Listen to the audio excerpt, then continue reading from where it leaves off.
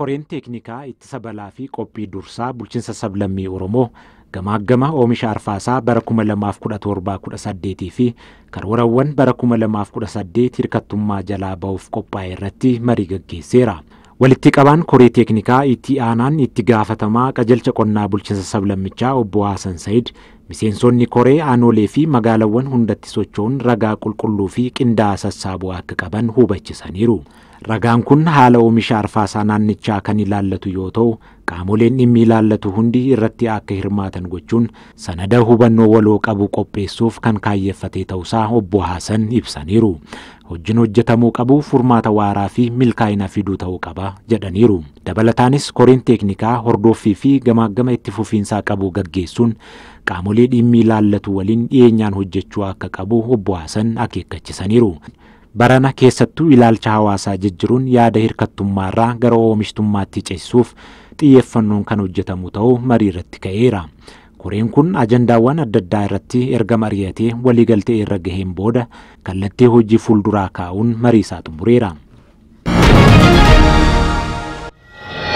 Bulchiinsa sablammii Oromootti waajjirri qonnaa aanaa Dawaa Caffaa waltajjii warraaqsa qamadii boonaa fi misooma qabeenya uumamaa adeemsiseera.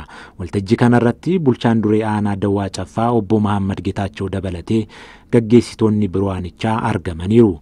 Bulchaan duree aanaa Dawaa Caffaa obbo Mahammad Getaachoo akka jedhanitti mootummaan fayyadamummaa hawaasaa mirkaneessuu fi karoora imala badhaadhinaa milkeessuuf inisheetiiviiwwan haaraa haala qabatama biyya keenyaa bu'uureeffatee hedduun bocamanii hojiirra oolaa jiraachuu dubbataniiru. Kanaanis bu'aan gaarii galmaa'uu eegaleera jedhaniiru. Kana milkeessuufis inisheetiiviiwwan damee hundaan bocamanii fi qabeenya uumamaa qabnu fayyadamnee tarsiimoo mootummaan diriirsee bakka hundatti hojiirra oolchuun dhimma filannoo osoo hin taane dirqama gahee qabeeyyii sadarkaan jiru akka ta'e ibsaniiru. Qaamoleen hidhatan nageenya waaraaf hojjechuu akka qaban abbootiin amantaa himan. Bulchiinsa magaalaa Bahar Daaritti abbootiin amantaa fi jaarsoliin biyyaa dhimma waqtaawaa irratti mari'ataniiru. Hirmaattonni kunniin uummanni nageenya barbaada, qaamoleen hidhatan nageenya buusuu qabu jedhaniiru. Abbootiin amantaa hordoftoota isaanii waa'ee nageenyaa barsiisuu akka qabanis abbootiin kunniin ibsaniiru. Fedhii namoonni qaban adda baasuun rakkoolee mariin akka hiikaman gochuu dhabuun rakkoo nageenya amma mudateef sababa guddaa ta'uu abbootiin amantaa kunniin himaniiru. Uummannis nageenyaaf hojjechuu fi rabbisaa kadhachuu akka qabus hubachisaniiru. Sababa dhabamuu nageenyaatiin uummanni nagaan bahee galuu hin dandeenye kan jedhan abbootiin amantaan kunniin kanaafuu rakkoolee callisaa hiikuuf mootummaan kutannoon hojjechuu akka qabu himaniiru. Uummanni nageenya barbaadaa waan ta'eef qaamoleen hidhatanii socho'anis nageenya uummataaf jecha gara mariitti dhufuu qabu jedhaniiru. Itti gaafatamaan qajeelcha nageenyaa fi callisaa magaalaa Bahar Daar Geetinataan Nagaa'u nageenyi Bahar Daar yeroo ammaa amansiisaa ta'uu himanii nageenya argame kun itti fufiinsaa akka qabaatuuf hirmaannaan uummataa murteessaa ta'uu himaniiru. Jijjiirama biyya keenyaa dhugaa kan gaggeessu cichooma kalaqaa fi dhamaatii hojii keenyaati jechuun hubachisan Ministeerri Muummee Dr. Abiy Ahmed. Ministeerri Muummee barreeffama fuula miidiyaa hawaasummaa isaanii irratti barreessaniin godina Shawaa Bahaatti hojii misooma qonnaa daawwachuu isaanii eeraniiru. Daawwannaa isaaniin haala walitti qabaa bu'aa hojii oomisha qamadii gannaa ilaaluun qorachuun akkasumas hojii qamadii boonaa jalqabsiisuu irratti xiyyeeffachuusaa ibsaniiru.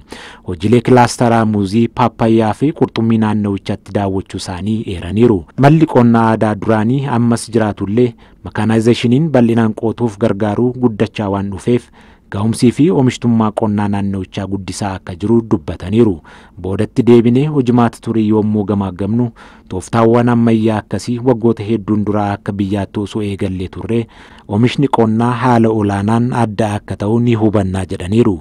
Guddachuuf deeggarsi biyya alaa tokkollee hin dhufu kan jedhan Ministeerri Muummee jijjiirama biyya keenyaa dhugaa kan gaggeessu cichooma kalaqaa fi dhamaatii hojii keenyaati jechuun cimsanii ibsaniiru. Paartiin badhaadhinaa leenjii hooggansaa gaggeessuu jalqabe. Paartiin badhaadhinaa leenjii waggaa kan bara 2018 hooggantoota olaanoo gaggeessuu eegaleera. Leenjichi mata duree ilaalcha mootummaa ida'amuun milkaa'ina dameelee jedhuun guyyoota 10f kan kennamu ta'uun ifoomeera. Leenjii kanaan dhimmoonni garaagaraa beekumsa ogummaa fi dandeettii hooggansaa ijaaruu danda'an kan dhiyaatan ta'uu eerameera. Leenjicha irratti hooggantoonni mootummaa federaalaa fi naannoleen 2,000 ol kan hirmaatan ta'us ibsameera.